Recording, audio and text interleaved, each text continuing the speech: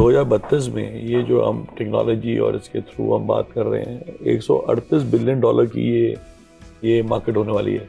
ये एक ऐसा यूनिक प्लेटफॉर्म है जिस पे आपको फिजिकल और डिजिटल दोनों एक्सपीरियंसेस आप साथ में कर सकते हैं, ताकि आप कॉमर्स या बिजनेस या पार्टनरशिप अपने बिजनेस के रिलेटेड कर सकते हैं। जैसे वैष्णो देवी अभी लॉन्च किया है, वैष्णो देवी के अंदर आप देखें तो आप पुरानी गुफा से जाके दर्शन कर सकते हैं। तो पुरानी गुफा से दर्शन आप पूरे साल के अंदर मुश्किल से 2-3 हफ्ते के लिए खुलती है। तो ये एक ऐसा एक्सपीरियंस है जिसमें कि आप बिना जाए हुए आपका जो भी सेक्रेट प्लेस है उसको आप सुबह देख सकते हैं। अब तक हमने देखा कि 1.60 लाख से ज़्यादा DPIIT रिकॉग्नाइज्ड स्टार्टअप्स हमारे सामने हैं और प्रति घंटे नए स्टार्टअप्स आ रहे हैं। हमारे साथ ऐसे ही एक स्टार्टअप्स के ग्लोबल CEO एंड फाउंडर हैं आकाशावर्स के संजीव मेहता जी। संजीव सर, सबसे पहले मैं ये जानना चाहूँगा कि आकाशावर्स है क्या?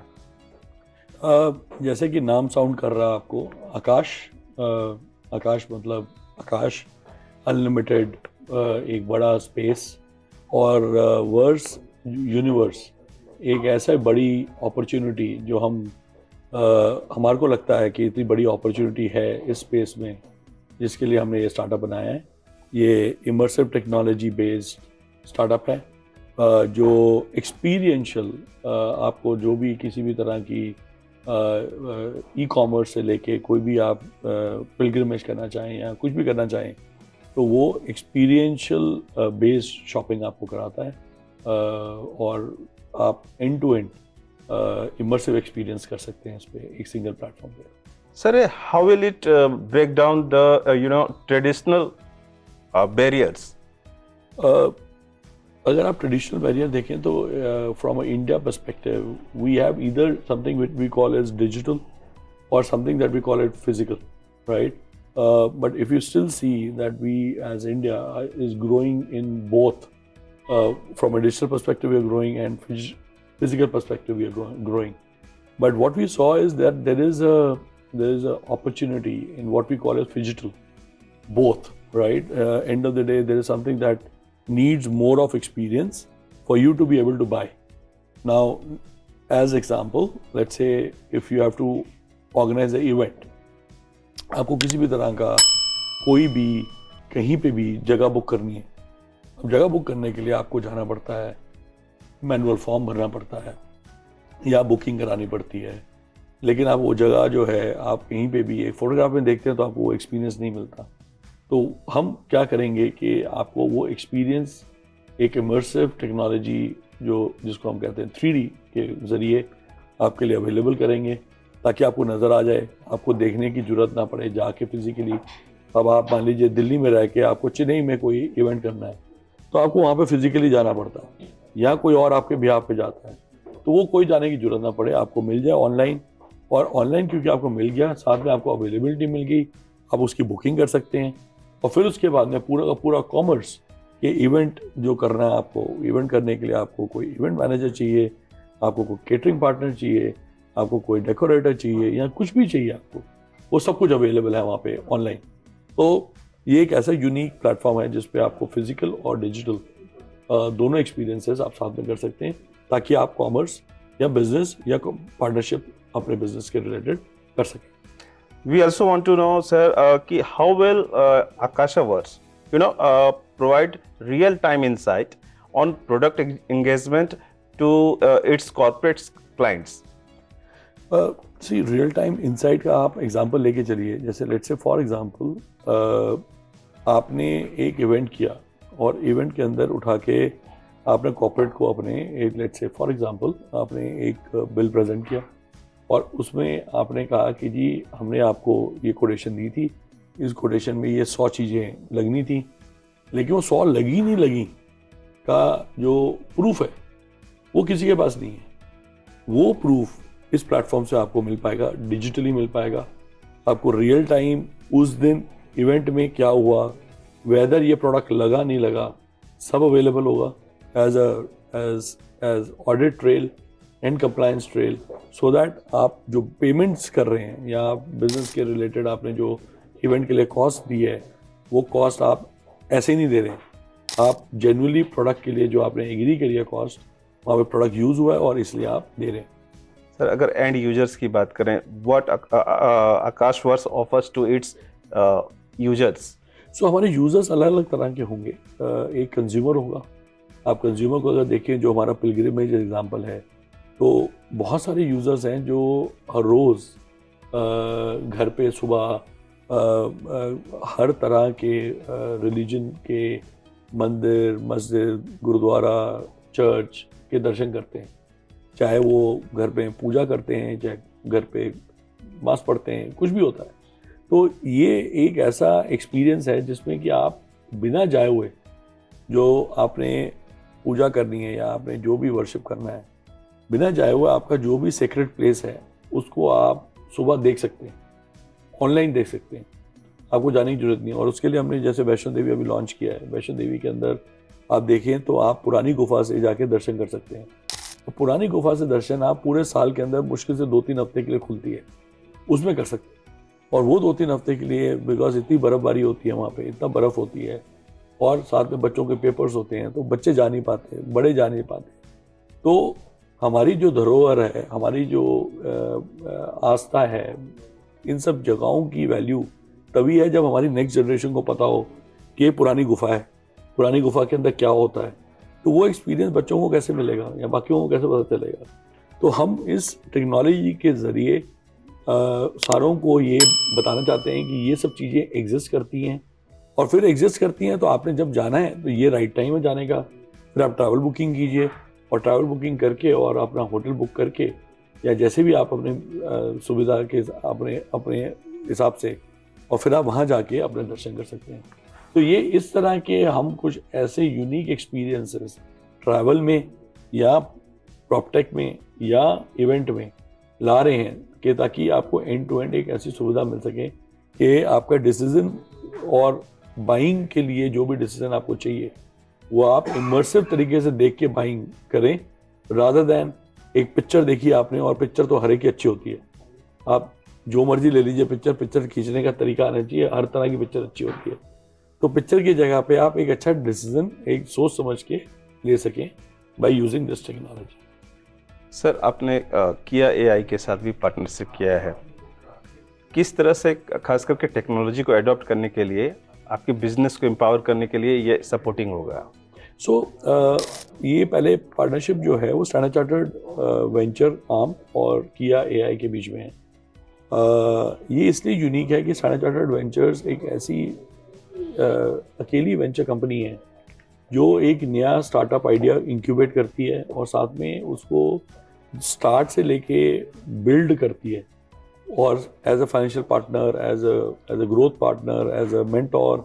तो ये इसलिए यूनिक है कि पहली बारी स्टैंडर्ड चार्टर्ड वेंचर ने इंडियन कंपनी के साथ में एक जॉइंट वेंचर बनाया है, जो जॉइंट वेंचर इंडियन स्टार्टअप के साथ है। और ये इंडियन स्टार्टअप इकोसिस्टम के लिए बहुत पॉजिटिव बूस्ट है कि confidence of multinational venture funds coming into India to do a startup in itself is a very big positive. और उन्होंने उस प्लेटफॉर्म का, इस जॉइंट वेंचर कंपनी का मेरे को फाउंडर एंड ग्लोबल सीईओ बनाया है। तो I am very excited for this opportunity and with किया as a partner for solving for this new technology related gap that we are talking about. Sir, government is supporting the startups, and what do you think? किस तरह से startup, आपको लगता है कि startups को government से सपोर्ट मिलना चाहिए या आपको सपोर्ट मिल रहा है? सर, गवर्नमेंट से जितना सपोर्ट स्टार्टअप को मिला है, मेरे ख्याल में शायद बाकी इंडस्ट्रीज को उसी लेवल का सपोर्ट और मिलना चाहिए, क्योंकि गवर्नमेंट ने ही 9 साल पहले मोदी जी ने आके इसके अंदर जो रेवोल्यूशन मैं कहूँगा, वो जिस तरह से इम्पोर्टेंस उन्होंने इस पे एम्फोसाइज करी और स्टार्टअप इंडिया बनाया, ये अपने आप में एक बहुत बड़ा इनिशिएटिव है। और इस इनिशिएटिव के दौरान जो हमने इंडिया से स्टार्टअप्स बनती हुई देखी और इंडिया से स्टार्टअप्स जो यूनिकॉर्न बनी है, वो अगर इतना फोकस और इतना ज़्यादा गवर्नमेंट का सपोर्ट नहीं होता तो ये बिल्कुल नामुमकिन था। और जिस तरह से हमारे को सपोर्ट है गवर्नमेंट का, चाहे वो इक्विटी चाहिए, चाहे वो आपको लेट्स से कहीं आपको स्टार्टअप में स्पेस चाहिए या आपको कहीं बैठ के अपना इंक्यूबेशन करनी है, मेंटरशिप चाहिए, हर चीज़ गवर्नमेंट ने मुहैया कराई है। और मेरे हिसाब से ये बहुत बड़ा प्लेटफॉर्म है।